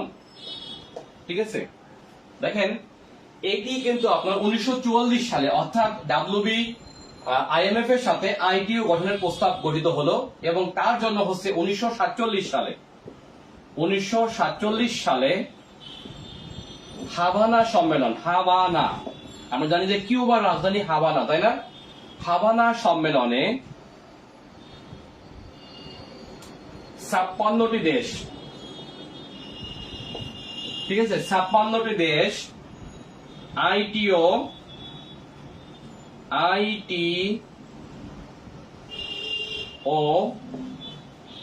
গঠনের ব্যাপারে হাভানা সনদে স্বাক্ষর করে। ঠিক আছে, আচ্ছা তাহলে কেন আইটিও গঠিত হয়নি? আচ্ছা, এই সনদ অনুযায়ী আর কি, অর্থাৎ 1947 সালে কিউবার রাজধানী হাভানায় 56 দেশের প্রতিনিধিরা হচ্ছে ইন্টারন্যাশনাল ট্রেড অর্গানাইজেশন, যেটাকে আমরা বর্তমানে ডাব্লিউটিও টাইপের সংস্থা বলতে পারি। এই গঠনের ব্যাপারে হচ্ছে আপনার চুক্তি স্বাক্ষর করে, যাকে বলা হচ্ছে হাভানা সনদ। কিন্তু যেহেতু এটার মূল উদ্যোক্তা হচ্ছে মার্কিন যুক্তরাষ্ট্র, আর মার্কিন যুক্তরাষ্ট্রের উদ্যোগেই কিন্তু আপনার 47 সালে হাভানা সম্মেলন হয়, কিন্তু এই সম্মেলনটি কেন পরবর্তীতে আলোর মুখ দেখেনি? আচ্ছা, এই হাভানা সনদ অনুযায়ী হচ্ছে আপনার 1948 সাল থেকে, ওকে, 1948 সাল থেকে হচ্ছে আপনার এই আইটিও এর যাত্রা শুরু করার কথা, কিন্তু যাত্রা শুরু করতে পারেনি কেননা মার্কিন যুক্তরাষ্ট্রের সিনেট এটাকে অনুমোদন দেয়নি। মনে রাখবেন যে মার্কিন সিনেট একে অনুমোদন দেয়নি, যে কারণে আলোর মুখ দেখেনি, তাই না? যে কারণে কি হয়, আলোর মুখ দেখেনি। তার মানে এই আইটিও গঠনের মধ্যেই হচ্ছে আপনার আরেকটা, আচ্ছা এখনো কিন্তু তাহলে এটা হতো সংস্থা, মনে রাখতে হবে এটা কিন্তু সংস্থা হতো, সংস্থা, ওকে, বাট চুক্তি বিষয় একটু দেখি আমরা। তাহলে আইটিও হতে পারতো সংস্থা, যেটাকে আমরা বর্তমানে বলতে পারি ডাব্লিউটিও টাইপের একটি সংস্থা হতে পারতো, কিন্তু হয়নি। কিন্তু আপনারা জানেন যে তার আগে কিন্তু 1947 সালে আরেকটা চুক্তি হয়, সেই চুক্তির নাম হলো আপনার গ্যাট। তাহলে মনে রাখবেন গ্যাট কোন সংস্থা নয়, গ্যাট হলো একটি চুক্তির নাম। ঠিক আছে, তাহলে এবারে আমরা গ্যাট কি, তাই না? গ্যাট, তাহলে গ্যাট কিন্তু আপনার বেটনের সম্মেলনে গ্যাটস এর কথা ছিল না, কিন্তু আমরা বিভিন্ন সময় ভুল পড়িয়ে আসছি বা পড়াইছি এটা বিষয়, কারণ আমরা খুব একজন যা বলে ভুল পড়ালে পরবর্তীতে আমরা সেই ভুলটাকে ভুল পড়িয়ে যাই, এটা হচ্ছে সমস্যা। তাহলে মনে রাখবেন, এবার আসবে আমরা তাহলে গ্যাটটা কি। আসলে মূলত হচ্ছে আপনার গ্যাট থেকে ডাব্লিউটিও আসছে, তার মানে ডাব্লিউটিও অথবা গ্যাট দুইটার কোনটাই কিন্তু আপনার ব্রেটন উডস প্রতিষ্ঠান নয়, এটা মনে রাখতে হবে। আচ্ছা, গ্যাট, GATT, গ্যাট কি, কয়রসি না কিন্তু কয় দেখি, ঠিক আছে? গ্যাট কি মনে রাখবেন। আচ্ছা, গ্যাট এর পূর্ণ রূপটা একটু আসি আমরা। গ্যাট হচ্ছে আপনার জেনারেল, GENERAL, আচ্ছা, জেনারেল এগ্রিমেন্ট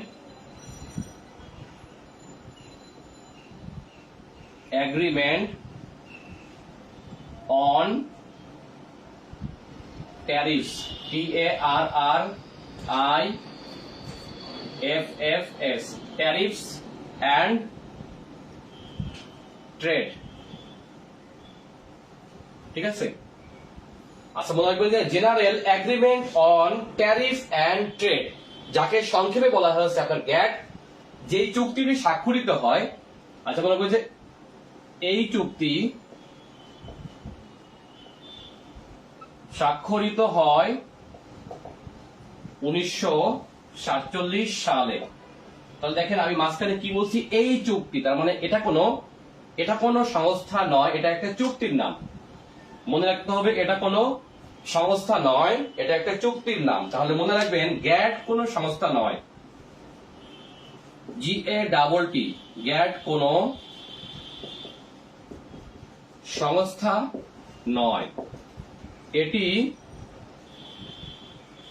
একটি চুক্তির নাম। ঠিক আছে, আচ্ছা এখন এই গ্যাট থেকে WTO কিভাবে আসলে একটু দেখি আমরা। তাহলে মনে রাখবেন যে গ্যাট থেকে WTO কিভাবে আসলো।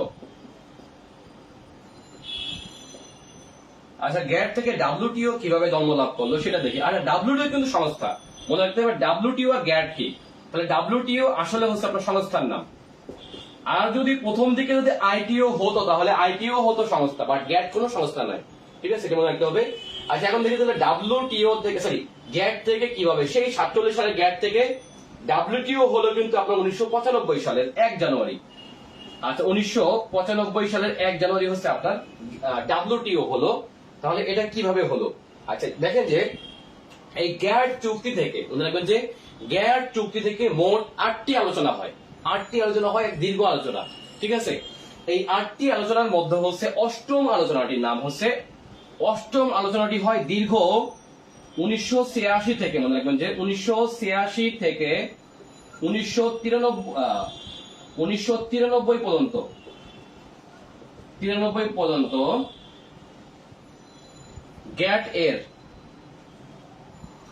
গ্যাট এর উরুগুয়ে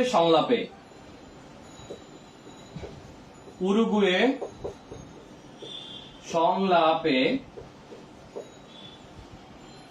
WTO গঠনের সিদ্ধান্ত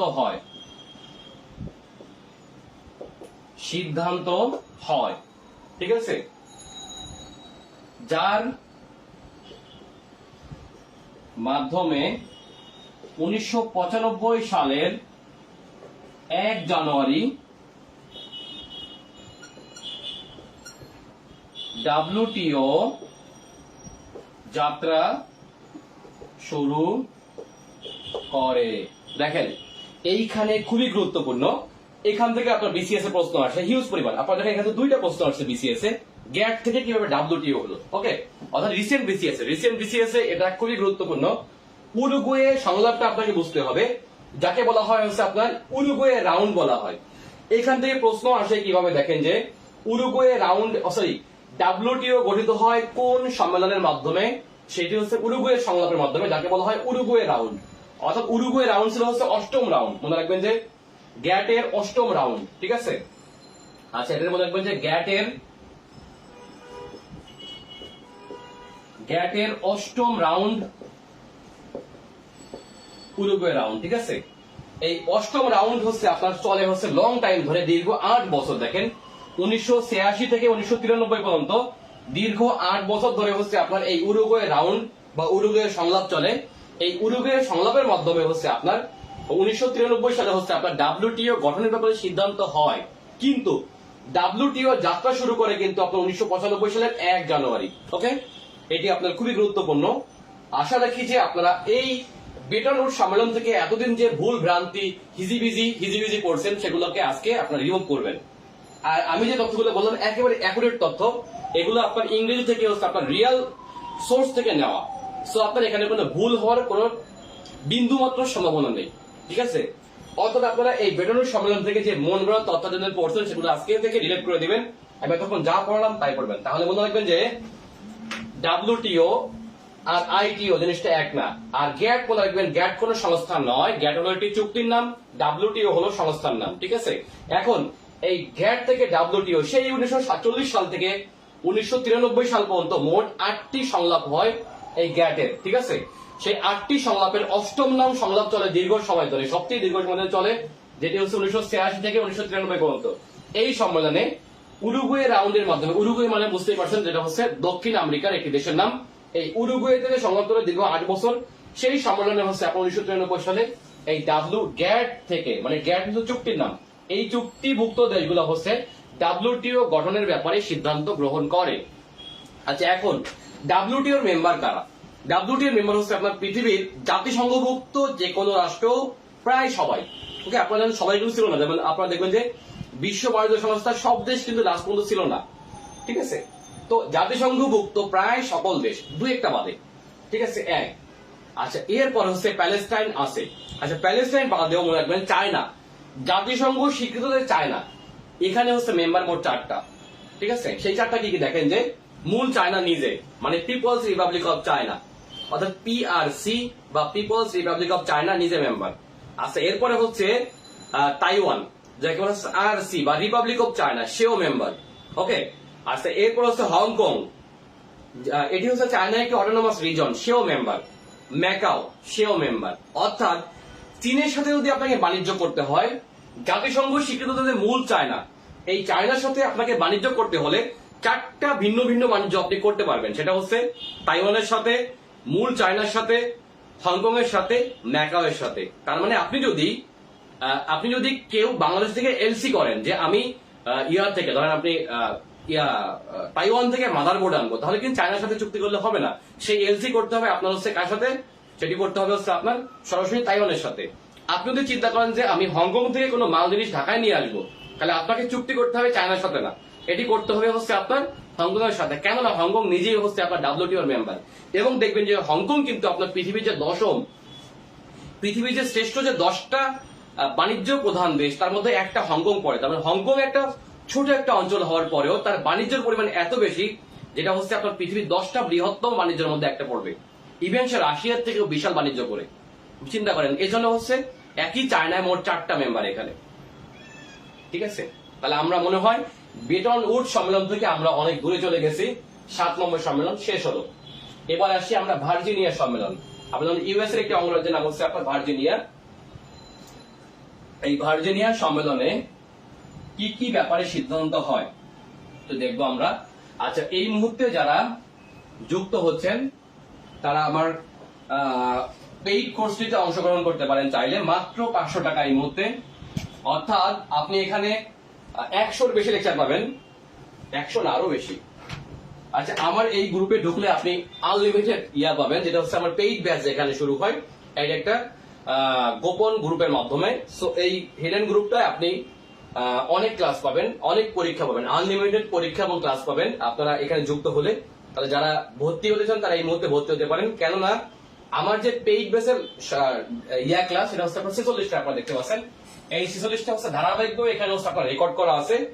আর পাশাপাশি আমাদের পরবর্তীতে আরো প্রায় 45 লেকচার হচ্ছে আমাদের ধারাবাহিকভাবে হবে 44-এর আগে। ওকে, আর যারা 44 এবং 45 একসাথে ভর্তি হবেন এই মুহূর্তে, তারা এখনই প্রায় 100 লেকচার পাবেন। ওকে, এখনই 100 লেকচার পাবেন, যেটা হচ্ছে আপনার 44-এর আগে আপনার শেষ হবে। এবং 45-এ যে কিন্তু আপনি আবারও এই লেকচার গুলো নতুন ভাবে আবার প্রথম থেকে হচ্ছে আমি পড়াবো।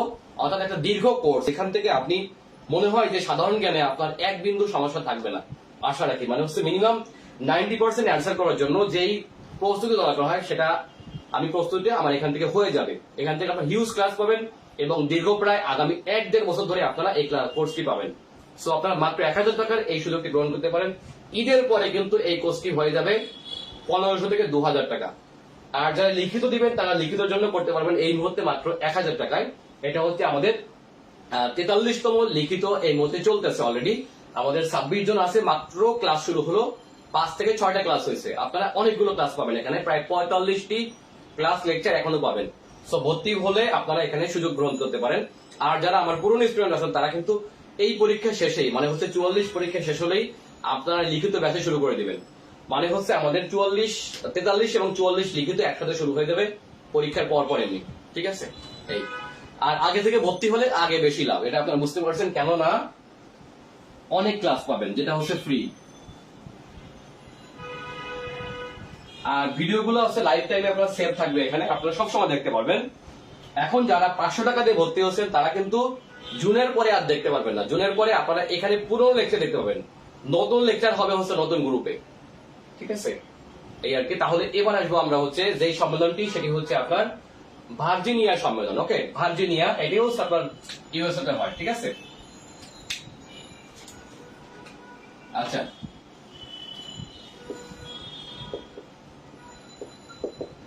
ভার্জিনিয়া সম্মেলন, এটা কত নম্বর? 8 নম্বর, তাই না?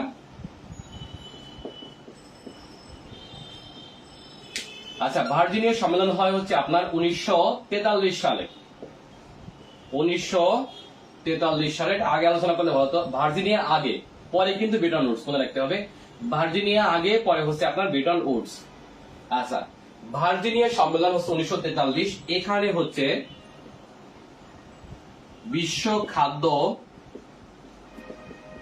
সংকট নিরসনে, বিশ্ব খাদ্য সংকট নিরসনে ফাও গঠিত হয়। ফাও খাও নাকি? আচ্ছা, মনে করেন ফাও মানে খাও। আচ্ছা, ফাও খাও এটা না, কিন্তু ফাও মানে হচ্ছে ফুড অ্যান্ড এগ্রিকালচারাল অর্গানাইজেশন, যেটা হলো ফাও, যার হেড অফিস হচ্ছে রোম, ইতালি। আচ্ছা, এর হেড অফিস কোথায়?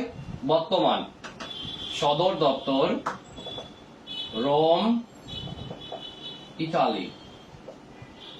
যদিও ওই সময় কিন্তু আপনার বিশ্বযুদ্ধে ইতালি ছিল একেবারে ভিন্ন পক্ষে, বাট তারপরেও বর্তমান হেড অফিস কিন্তু হচ্ছে আপনার কোথায়? ইতালি, রোমে। ওকে, তাহলে ভার্জিনিয়া সম্মেলনের সবচেয়ে উল্লেখযোগ্য দিক হচ্ছে এখানে বিশ্ব খাদ্য সংকট নিরসনে ফাও গঠিত হয়। ফাও, কেননা তখনকার বিশ্বযুদ্ধ বাদ দিতে আপনার কৃষিকাজ ব্যাহত হবে, এটাই স্বাভাবিক, তাই না? তো এই কারণে হচ্ছে আপনার এটা এই সম্মেলনের মাধ্যমে হচ্ছে আপনার ফাও গঠিত হয়, যাতে করে বিশ্ব খাদ্য সংকট নিরসন করা যায়। ঠিক আছে, ফুড এবং এগ্রিকালচার মানে বুঝতে পারছেন, খাদ্য এবং কৃষি সংস্থা, মানে জাতিসংঘের খাদ্য এবং কৃষি সংস্থা ফাও গঠিত হয় কোন সম্মেলনে? সেটি হচ্ছে 1943 সালের ভার্জিনিয়া সম্মেলন। তাহলে প্রশ্ন করা হতে পারে যে ভার্জিনিয়া কোথায়, তাই না? এটি হচ্ছে ভার্জিনিয়া ইউএস এর একটি অঙ্গরাজ্য। ঠিক আছে, ভার্জিনিয়া হলো আপনার ইউএস এর একটি অঙ্গরাজ্যের নাম। আচ্ছা, এবার একটু আসি আমরা, ডাম্বারটন ওকস সম্মেলন কোথায়, তাই না? আচ্ছা, ডাম্বারটন ওকস, ডাম্বারটন ওকস দেখেন সব সম্মেলন নিয়ে গেছে, শুধুমাত্র যুক্তরাষ্ট্র এখান থেকে বেশ সুবিধা নিছে। ও, ব্রেটন উডস সম্মেলন থেকে আমি আরেকটা তথ্য বলতে ভুলে গেছি, সেটি হচ্ছে ব্রেটন উডস সম্মেলনে আরেকটা জিনিস হয়, এটাও আপনারা লিখে রাখেন। আচ্ছা, ব্রেটন উডস সম্মেলনে আরেকটা বিষয় হয়, সেটি হচ্ছে খুবই গুরুত্বপূর্ণ, মার্কিন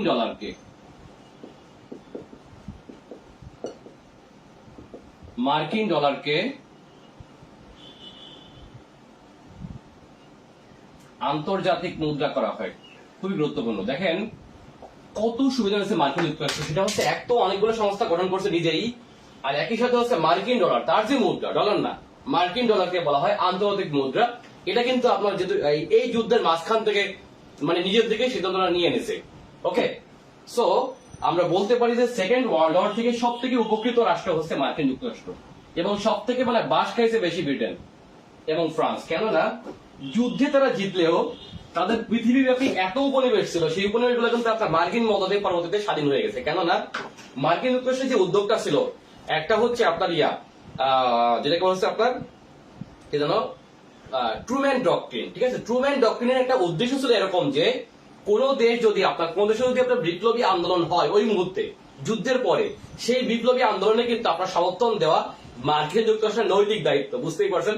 এর মাধ্যমে হচ্ছে আপনার ব্রিটেন এবং ফ্রান্সকে তার মানে ফুসলিয়ে এক ধরনের হচ্ছে আপনার ফুসলিয়ে না বলবো না, ব্রিটেন এবং ফ্রান্স তার একেবারে নিজের দেশ, মানে নিজের একেবারে মিত্র দেশ হওয়ার পরেও এই দুইটা দেশকে হচ্ছে আপনার এর মাধ্যমে হচ্ছে বাস দিয়ে দিয়েছে। মানে ব্রিটেন এবং ফ্রান্সের যে একটা আধিপত্য ছিল, এই আধিপত্যটাকে বাস দিয়ে দিয়েছে মার্কিন যুক্তরাষ্ট্র, সেটা হচ্ছে আপনার এই ট্রুম্যান ডক্ট্রিনের মাধ্যমে। ঠিক আছে, মানে ট্রুম্যান ডক্ট্রিনে তো অনেকগুলো বিষয় ছিল, তার মধ্যে উল্লেখযোগ্য হচ্ছে আপনার বিভিন্ন দেশের জাতীয়তাবাদী আন্দোলনকে সমর্থন দেওয়া, মানে হচ্ছে Africa, Asia, Oceania, Latin America, তারপরে হচ্ছে আপনার ওয়েস্ট ইন্ডিজ ভুক্ত যে অঞ্চলগুলো আছে, এই অঞ্চলে যেসব দেশ স্বাধীন হওয়ার জন্য আন্দোলন করতেছিল, সেইখানে হচ্ছে আর্থিক সাহায্য, অস্ত্র দিয়ে সাহায্য করতেছিল মার্কিনেরা। কেননা ওই দেশগুলো স্বাধীন হওয়ার পরে সবগুলো কিন্তু আপনার মার্কিন পন্থী হয়ে যায় আস্তে আস্তে করে।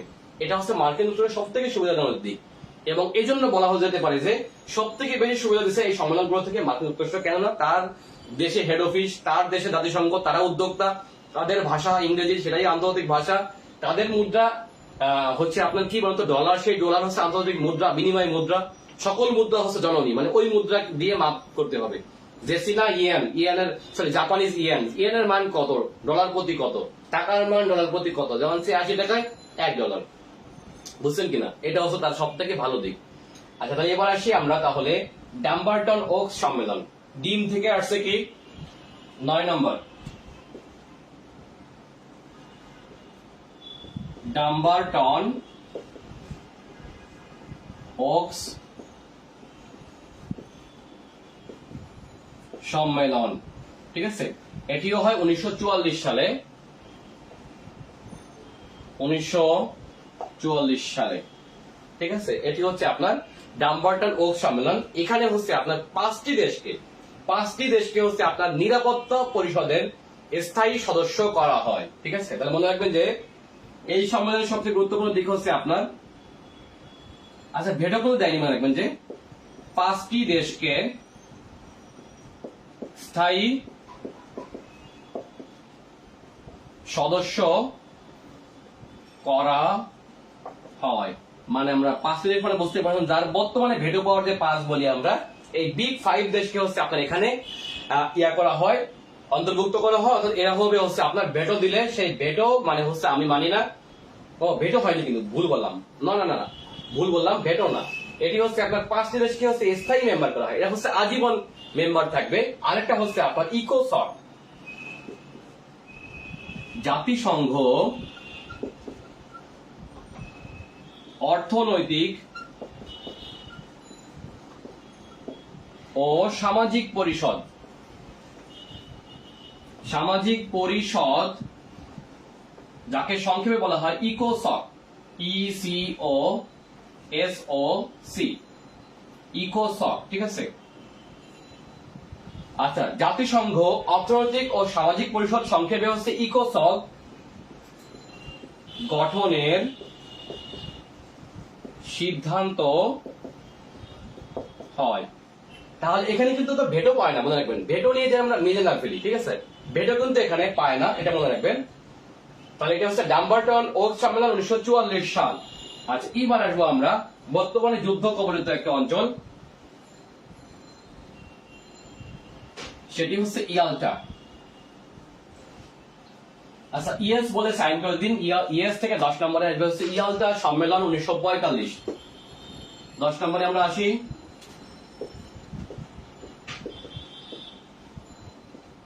ইয়াল্টা সম্মেলন 1945। আচ্ছা, এখন যদি বলি আমরা ইয়াল্টা কোথায়। আচ্ছা, ইয়াল্টা হচ্ছে বর্তমানে রাশিয়ার,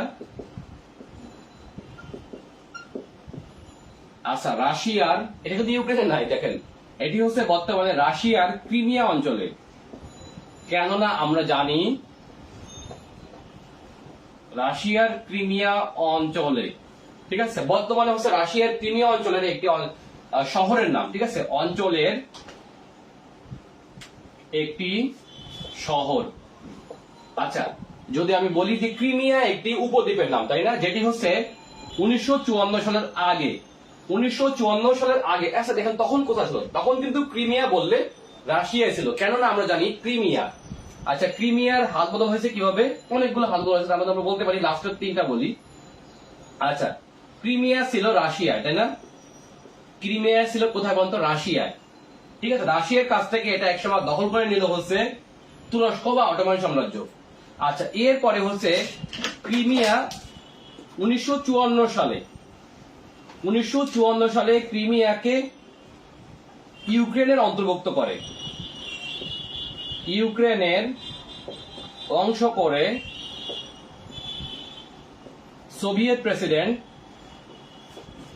সোভিয়েত নেতা নিকিতা ক্রুশচেভ, মনে রাখবেন যে নিকিতা ক্রুশচেভ, আর 2014, আচ্ছা 2014 সাল থেকে হচ্ছে ক্রিমিয়া আবারও ফিরে গেছে কার কাছে, রাশিয়ার নিকট। অর্থাৎ অতীতে একেবারে 1000 বছর আগে যদি বলেন তাহলে এটা রাশিয়ার অংশই ছিল, মাঝখান থেকে ইউক্রেনের অংশ ছিল হচ্ছে কত সাল? 1954 সাল থেকে 2014। ক বছর হয় তাহলে? 2014। 70 বছর নাকি?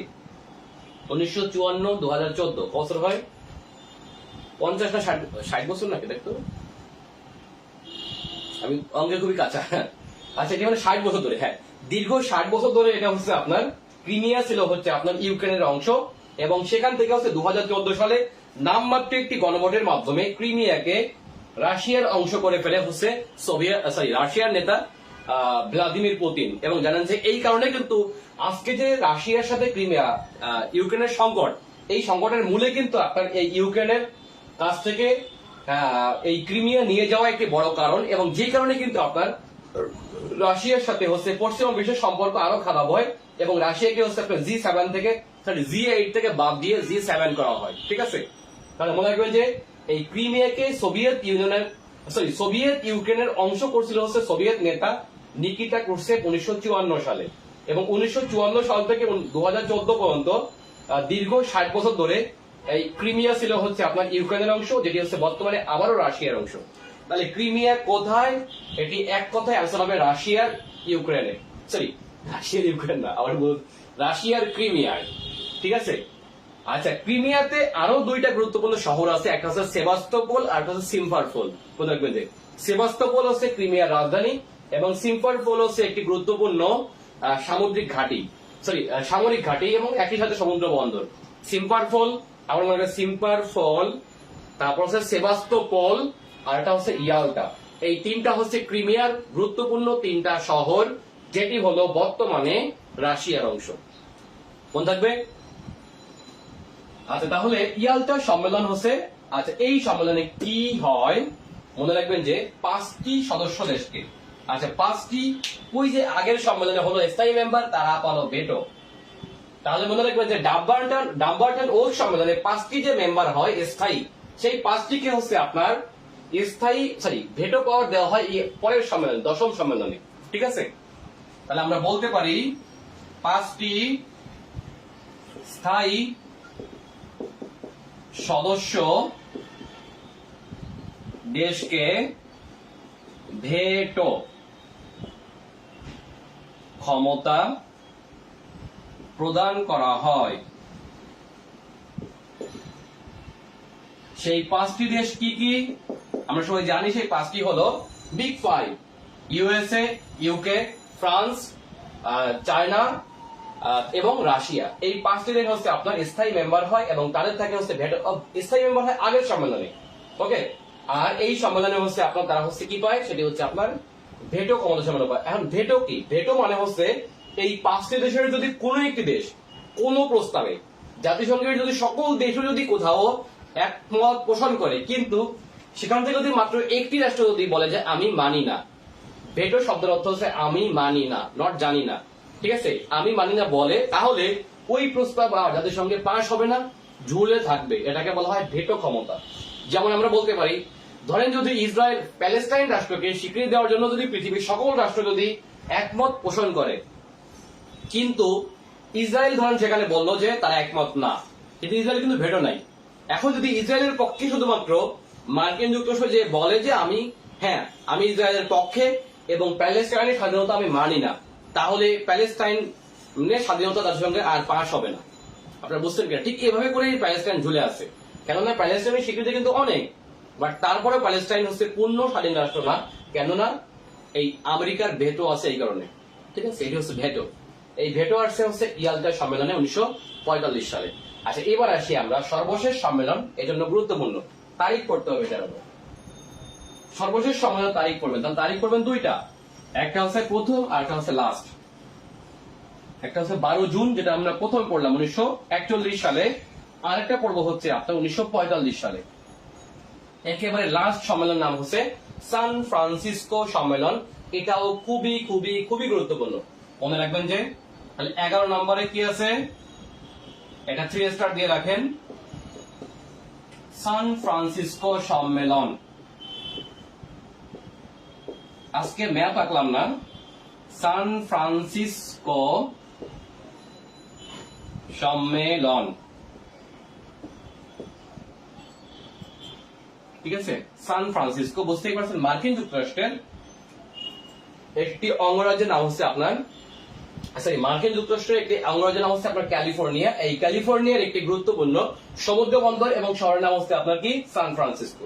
তো বুঝতেই পারছেন, দেখেন লাস্টের দিকে সম্মেলনগুলো মার্কিন যুক্তরাষ্ট্র বেশিরভাগ হচ্ছে তার দিকে নিছে, এবং এইভাবে করে হচ্ছে মার্কিন যুক্তরাষ্ট্র তার আধিপত্যটা আসলে হচ্ছে ধরে রাখছে, সোজা কথা। কারণ একটা অজুহাত ছিল তখন পৃথিবীতে, কেননা সব জায়গায় যুদ্ধ, এতগুলো দেশ একত্রিত হবে, তার একটা নিশ্চয়তা থাকবে কিনা যে যুদ্ধে আক্রমণ হবে কিনা। সো এটা একটা খুবই গুরুত্বপূর্ণ সুরক্ষিত অঞ্চল ছিল মার্কিন যুক্তরাষ্ট্র, এবং এর সুবিধাটা নিচ্ছে মার্কিন যুক্তরাষ্ট্র এই কারণে। ঠিক আছে, তাহলে আমরা আসবো এখন এই সান ফ্রান্সিসকো সম্মেলন কত তারিখে হচ্ছে আপনার অনুষ্ঠিত হয়, এটা কিন্তু গুরুত্বপূর্ণ। এটি হচ্ছে 25 এপ্রিল থেকে 26 জুন, লং টাইম, মনে রাখবেন। 25 এপ্রিল থেকে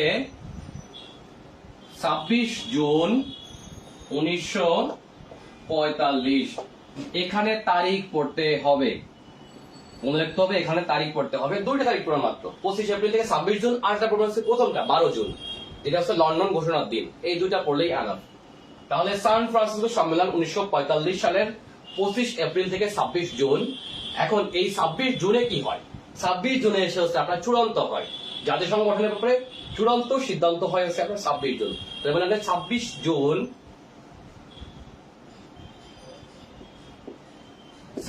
জুন 1945 জাতিসংঘ সনদে স্বাক্ষর করে উপস্থিত 50টি দেশের প্রতিনিধিগণ। তাহলে এখানে আমি কি পেলাম? এখানে আমি পেলাম 26 জুন তারিখ, ইম্পর্টেন্ট। জাতিসংঘ সনদ স্বাক্ষরিত হয় কবে? ঠিক আছে, আচ্ছা, এটি হচ্ছে 26 জুন। তাহলে জাতিসংঘ সনদ স্বাক্ষরিত হয় 26 জুন, দেখছেন তারিখ। আচ্ছা, এরপরে হচ্ছে জাতিসংঘ সনদে স্বাক্ষর করে কতটি দেশ? তাহলে মনে রাখবেন যে 50টি দেশ। ঠিক আছে, অর্থাৎ এখানে কিন্তু একটু কথা আছে, এখানে একটু প্যাচ আছে। আচ্ছা, এখানে পরীক্ষায় কিভাবে প্রশ্ন আসতে পারে, দেখেন যে সান ফ্রান্সিসকো সম্মেলনে কতটি দেশ উপস্থিত ছিল? সেটি হচ্ছে 50। এবং সান ফ্রান্সিসকো সম্মেলনে কতটি দেশ স্বাক্ষর করে? সেটি হচ্ছে 50টি দেশ। কিন্তু জাতিসংঘের মূল সনদে কিন্তু স্বাক্ষর করছে মোট 51টি রাষ্ট্র। তাহলে কিভাবে 51টি হলো? এটা হচ্ছে আপনার এখানে প্যাস, এবং এই জন্য হচ্ছে পরীক্ষায় প্রশ্ন আসে। তাহলে মনে রাখবেন যে দেখেন এটি হচ্ছে 26 জুন, দেখেন 26 জুন হচ্ছে আপনার এটি হচ্ছে আপনার কি হয়, স্বাক্ষরিত হয়। ঠিক আছে, এখন পোল্যান্ড, মনে রাখবেন যে 51তম সদস্য হিসেবে 15 অক্টোবর, এখানেও তারিখ পড়তে হবে, বাট তারিখের চেয়ে গুরুত্বপূর্ণ হচ্ছে পোল্যান্ড নামটা, অথবা 51তম। ঠিক আছে, এখানে তমটা পড়তে হবে আর পোল্যান্ড পড়তে হবে। 51তম সদস্য হিসেবে 15 অক্টোবর, এখানে তারিখটা ধারাবাহিকের জন্য লাগে। 15 অক্টোবর